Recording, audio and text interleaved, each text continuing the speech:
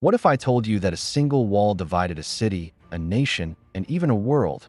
But 35 years ago, something extraordinary happened.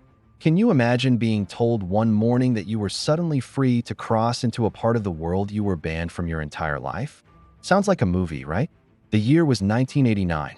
For 28 years, the Berlin Wall stood as a physical symbol of the Cold War, dividing East and West Berlin and, by extension, the Soviet East and the capitalist West. This wall wasn't just a barrier of concrete and barbed wire. It was a boundary between ideologies, lives, and futures. And yet, in November of 1989, something unexpected happened. The Berlin Wall fell. But how did this happen? And why does it still matter 35 years later? Let's rewind for a moment to understand the context.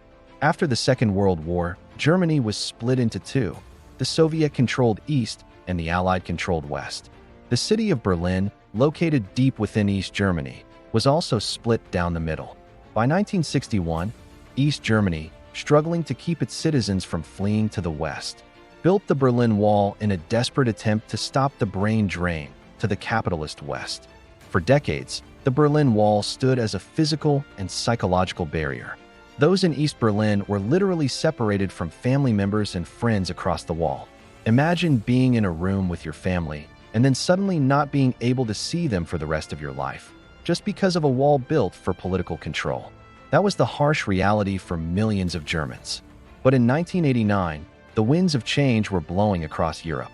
Soviet leader Mikhail Gorbachev had taken office in 1985, and he was pushing for reforms in the USSR, reforms that would impact East Germany. His policies of glasnost, openness, and perestroika, restructuring, were shaking the foundations of the communist regime.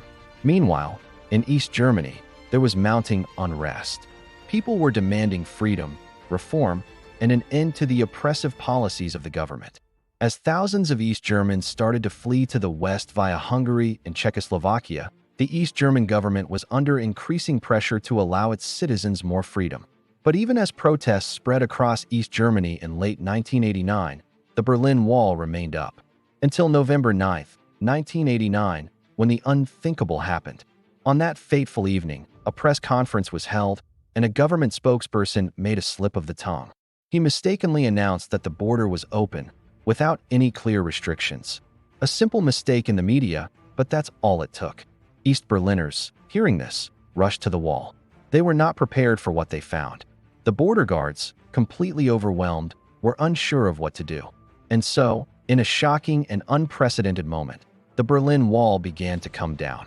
Wait. Imagine being one of those border guards at the Berlin Wall that night. You're sitting there thinking, well, I was just supposed to, watch the wall. What's happening? Thousands of East Germans surged through the gates, tearing down the wall, celebrating their newfound freedom. People were hugging, crying, and dancing on the wall. The moment was so spontaneous that even the border guards couldn't stop it. But this wasn't just the fall of a wall. It was the collapse of a system. It marked the beginning of the end of communism in Eastern Europe. It was a turning point in history, one that would forever change the geopolitical landscape. Now, let's pause for a moment and think about the implications of what happened. The fall of the Berlin Wall wasn't just a symbolic moment. It had real-world consequences. For one, it was the first crack in the Iron Curtain that had divided Eastern and Western Europe for nearly half a century. The Cold War was essentially over. The United States, the Soviet Union, and all the major players in the Cold War had been locked in an ideological standoff for years. Now, with the Berlin Wall coming down, the tensions were about to ease, and the world was on the brink of a new order. But beyond geopolitics, what does the fall of the wall teach us today? It teaches us about the power of people. The protests, the demand for freedom, and the massive public outcry led to the wall's destruction.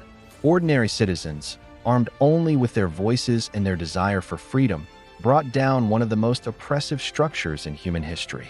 It also teaches us about the fragility of power. One small error in a press conference, the slip of a tongue, turned into a massive shift in history. It shows that sometimes the most monumental changes can happen because of a single moment of opportunity. The fall of the Berlin Wall also had global consequences. It led to the reunification of Germany in 1990 and the eventual collapse of the Soviet Union in 1991. Countries like Poland, Hungary, and Czechoslovakia saw the end of communist rule, and in the years that followed, Europe became a more unified continent. Imagine telling someone back then, "Oh, yeah, we're going to have one big party and just tear down a wall that's been here for decades." And people were like, no, we're going to need a jackhammer for that. But let's not forget the irony of it all. The Berlin Wall was intended to keep people in, yet it ended up bringing people together. It's a classic example of how oppressive regimes often fail because they underestimate the human spirit's desire for freedom. As we reflect on the Berlin Wall's fall, it's important to consider what lessons we can learn from this pivotal event in history. First, we must remember that freedom is never free. The East Germans had to fight for it, and the consequences of that fight weren't always pretty. The end of communism didn't come without its challenges. There were economic hardships, political struggles, and a long road to reconciliation for those who lived on either side of the wall. But despite these challenges, the fall of the Berlin Wall proved that change is possible.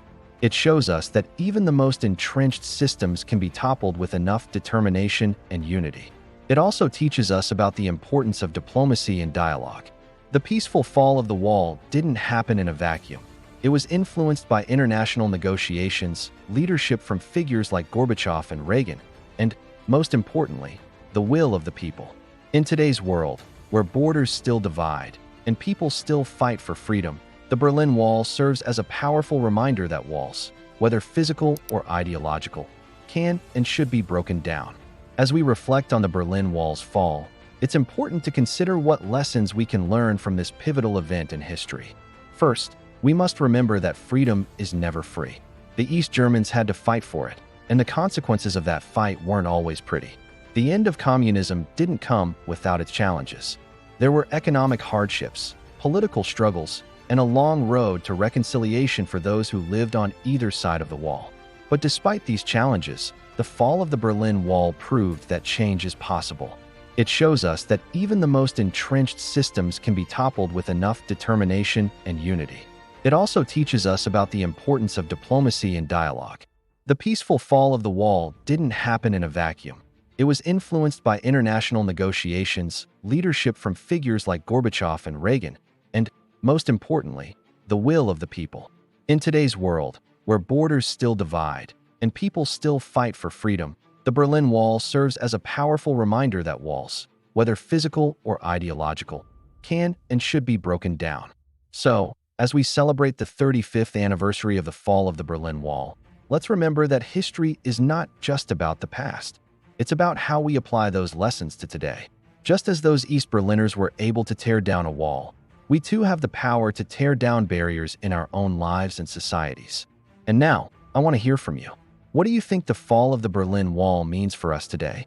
How can we learn from this historic moment and apply those lessons to our world? Leave your thoughts in the comments below. All right, so after all this historical talk, I think we all need a little break. How about a blooper reel from 1989? Here's footage of people tearing down the wall. But this time, they might have brought their grandpa's old jackhammer.